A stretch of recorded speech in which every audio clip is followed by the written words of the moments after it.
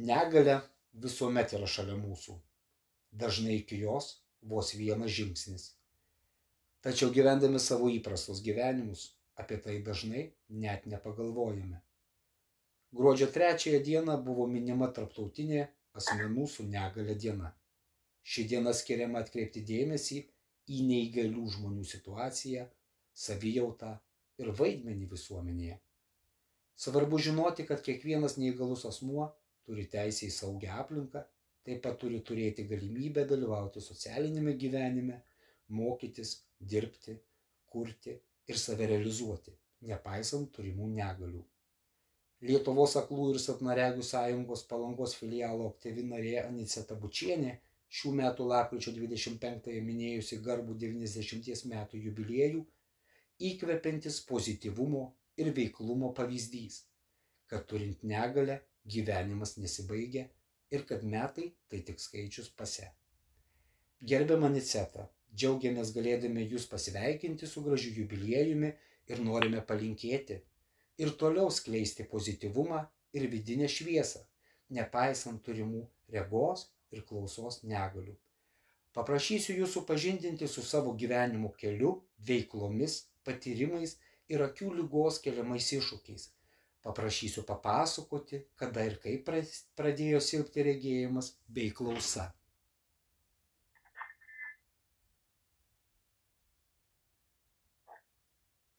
Aš dabar kalbu. Taip, galite drąsiai papasakoti savo prisiminimus, tiek savo profesinį kelią, tiek ir kada prasidėjo sveikatos sutrikimai. Sveikatos sutrikimai prasidėjo labai vėlai. Aš turiu pasakyti, kad aš su apvalidu sakau, kad aš visą gyvenimą buvau visada sveika. Aš net vaistų neturėjau jokių namuose ir mano sesuo dažnai pykdavo, sako, tu net paprasčiausių vaistų neturi, jeigu reikia kokį momentą. Aš sakysim, iki pat 60 panašiai metų aš nesirgau, išskyrus gimdymus ir keletą operacijų, kurios buvo būtinos. O taip pat gamta davė tikrai neblogą sveikatą ir galbūt todėl, kad mokykliniais metais aš visada dalyvavau sporte, man labai patiko. Ir studijų metais taip pat stengiausi dalyvauti sporte, ne tik todėl, kad ten reikia, bet todėl, kad man tai patiko, mane tai traukė. Ir šiandieną, būdama tokio amžiaus, aš vaikštau kiekvieną dieną ir mėgstu kambaryje, jeigu yra gera muzika, viena pašokti. Ir man yra smagu. Tai va, dėl mano profesijos dabar. Tiesa, tos lygos man atsirado labai vėlai.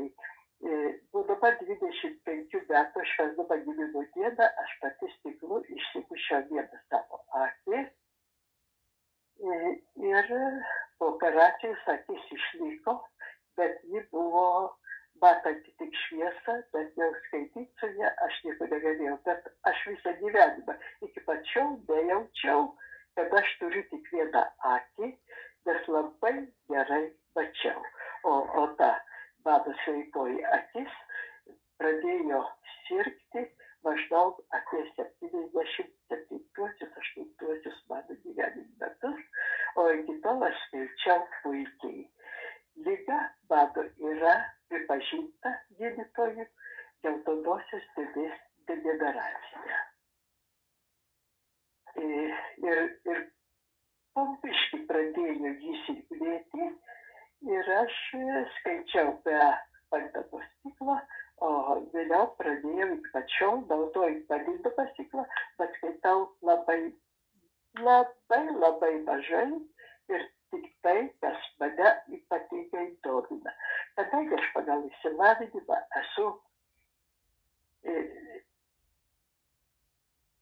pagal profesiją istorikė, o pagal išsilavinimą esu pedagogė. Jaunystėje aš nežadėjau būti pedagogė,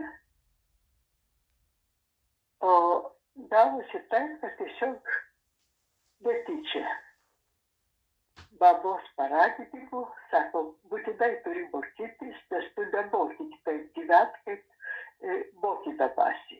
Mėgau labai skaityti, aš labai daug skaičiau.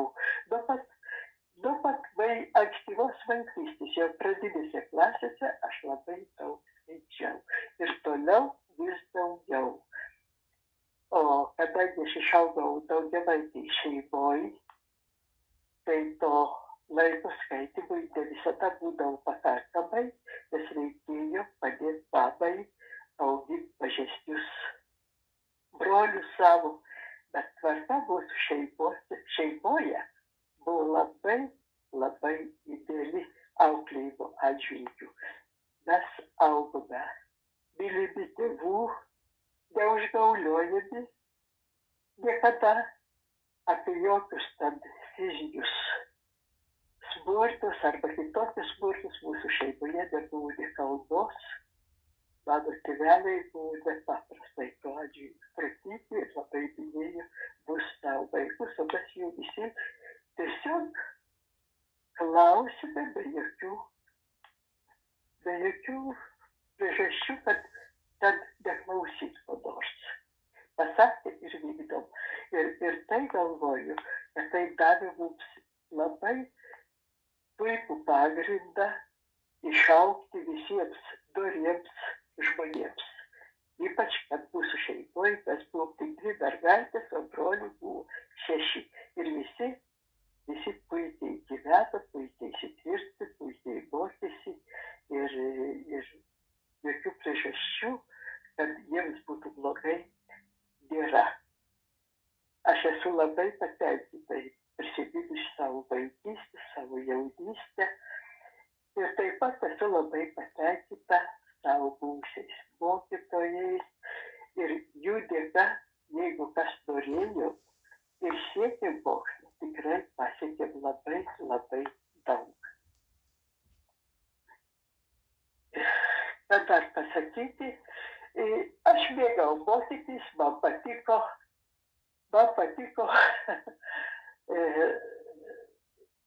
ypatingai kalbamieji dalykai, lietuvių literatūra, istorija, geografija man buvo per daug lengva, ten mažai galėjau reikštis kalboje, bet istorija, tai man patiko ypatingai ir dėl to šiandieną tai paliko ir aš ypatingai domiuosi politiką, aš neiškrentu iš to visko. Ir man gyventi visada buvo smagu. Ypač, kol buvo gyvi tėvai, bet buvo smagu. O paskui aš įsikibau į gyvenimą ir stengiausi auklėti savo vaikus taip, kaip mane auklėjo tėvai. Ir ačiū Dievui, aš turiu 3 vaikus, sūnų ir 2 dukras. Aš esu patenkinta. Mano vaikai gavo išsilavinimą, mokėsi.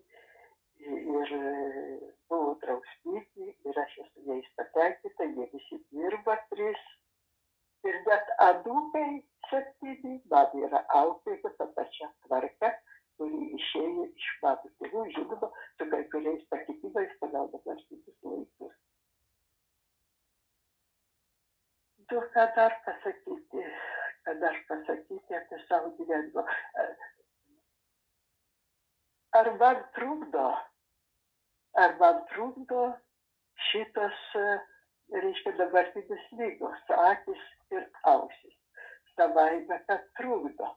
Bet ne tiek, kad man gyvenimas būtų blogas. Aš vis tiek stengiuosi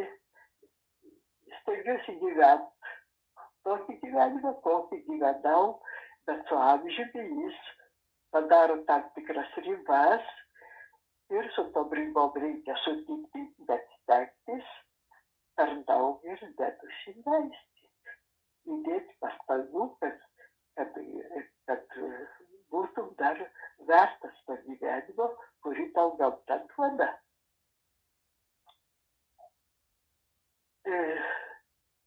esu labai patenkinta savo pedagoginiu darbu. Aš džiaugiuosi, aš net galiu pasakyti, aš net didžiuojuosi juo ir dažnai garsiai taip pasakau. O vieninteliai, kuom aš nesidžiaugiu ir negaliu pasakyti ypatingai, kad aš gero, dėl savo, kaip sakant, kaip čia pasakyti.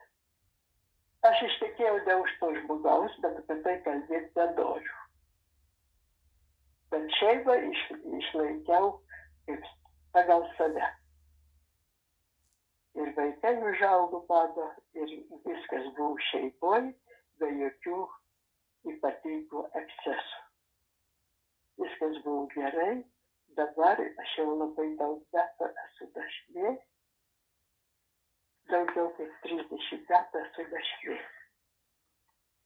Ir gyvenu, esu savarankiška, labai stengiuosi, tik įmanoma būti savarankiška, nors kai reikia, kiek reikia, stebi mane vaikai ir mato, ir nereikia ten ypatingai ką nors prašyti. Aš jais labai pasitikiu, aš žinau, ką jie gali, ko jie negali.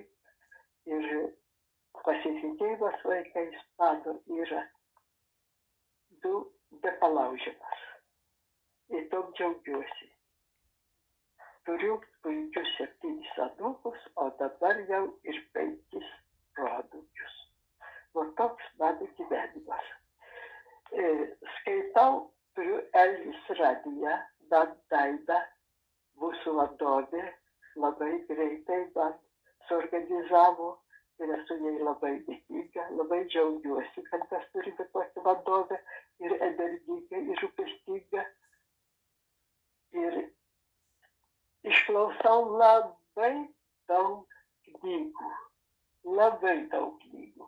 Aš noriu sakyti, skaitau, bet aš neskaitau.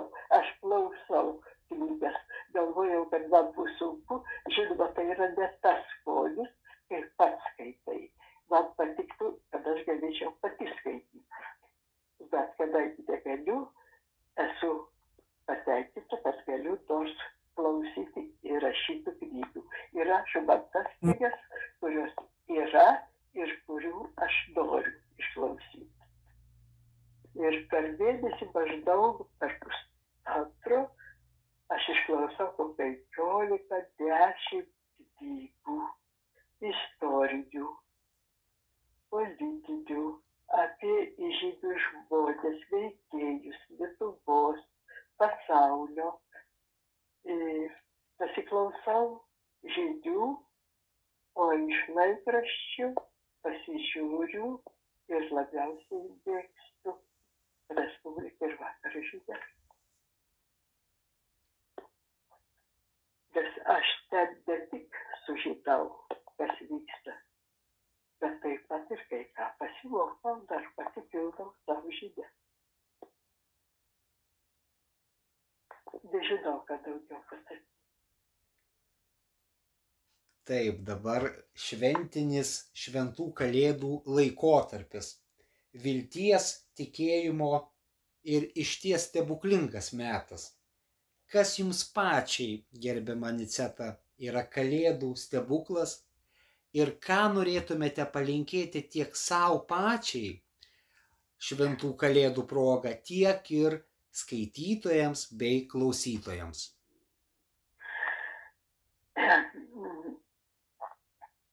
Aš dabartiniu metu, kadangi nėra sniego, aš sėdžiu prie lango, žiūriu į lauką ir galvoju apie tas kalėdas, kurios buvo mano vaikystėj ir mano jaunystėj.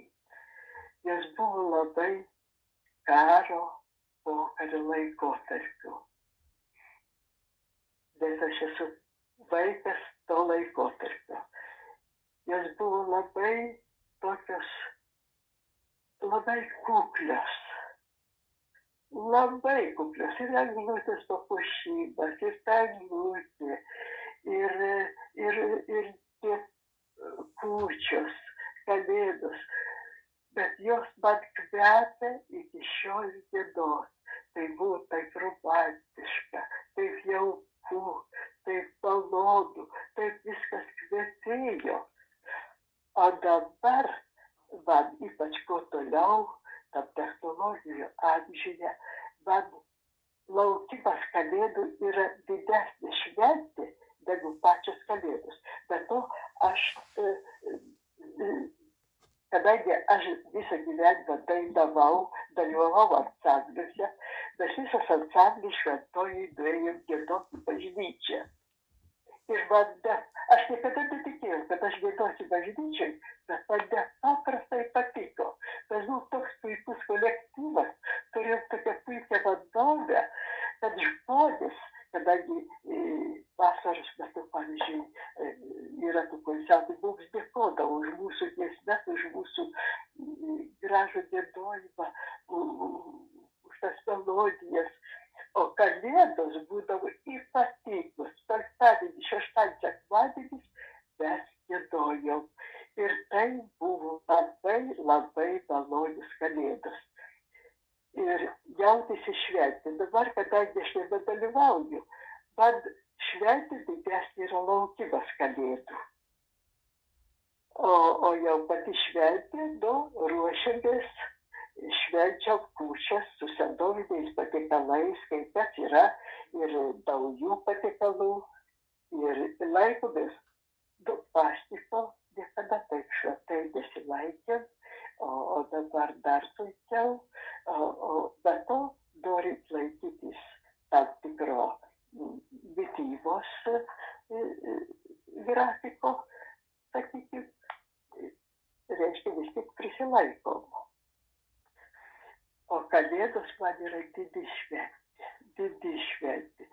Lauki, kažko lauki ir labai lauki. Ir tiki, kad kažkas įvyks tokio gero, tokio gražaus. Ir pabuvimas bažnyčioje yra toks malonus. O jeigu negali nueiti, čia Šventojoj man yra toli ta bažnyčia. Jonavoje, atsiprašau. Turi bažnyčią, tai aš būtinai žiūriu nors per televiziją transliavimo vertelių mišių ir paskui transliavimo Kalėdų šventės iš bažnyčios. Labai patinka Kalėdos. Man tai yra ne tik tai Kristaus gimimo šventė, mano viena anūkė būtinai krikštyje, mano proanūkė per Kalėdas. Sakau, kodėl tu būtinai lauki tų Kalėdų, kai gali pakrikštyti vaiką anksčiau. Sako, tada gimsta Jėzus Kristus ir man krikštyba savo vaikų yra tam tikra šventė.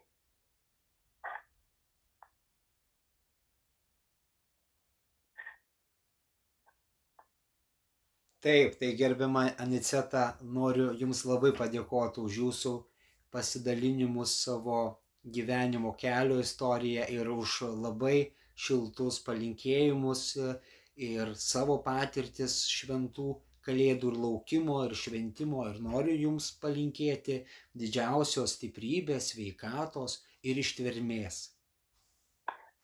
Aš dar nepalinkėjau savo bendruomeniai Palangos, Paregių ir Beregių labai malonių, šiltų, jaukių, šventų Kalėdų, su maloniais prisiminimais, su maloniu bendravimu, giminių tarpe, artimųjų tarpe, o gal ir su visa bendruomenė, nežinau, kaip daita tą organizuoti. Labai maloni ta bendruomenė yra ir man patinka joje dalyvauti. Esu labai patenkinta. Man trūksta visuomeninių darbų, bet aš žinau, kad aš jo dirbti nebegaliu.